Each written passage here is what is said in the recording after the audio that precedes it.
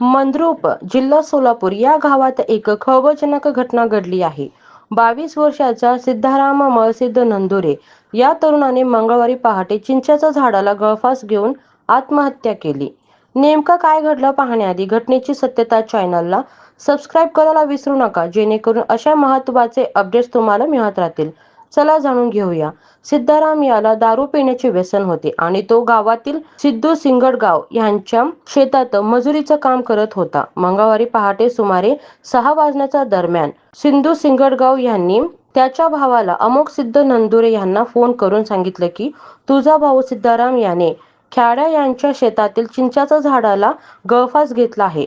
घटनेची माहिती मिळताच अमोक सिद्ध लगेच घटनास्थळी पोहोचले. तिथं त्यांनी पाहिलं की त्याचा भाऊ चिंचेच्या झाडाला दोरीने लटकलेली आहे. गावातील रमेश जोडमोटे आणि इतरांच्या मदतीने त्यांनी सिद्धारामाला खाली उतरवले आणि मंद्रुपच्या ग्रामीण रुग्णालयात नेले. मात्र डॉक्टरांनी तपासून सांगितले की तो उपचारापूर्वीच मृत झाला होता.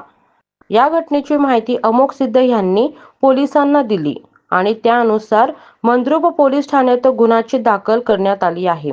आत्महत्येचे कारण अद्याप अस्पष्ट असले तरी व्यसन आणि मानसिक तणाव ही शक्यताच अधिक बोलली जाते.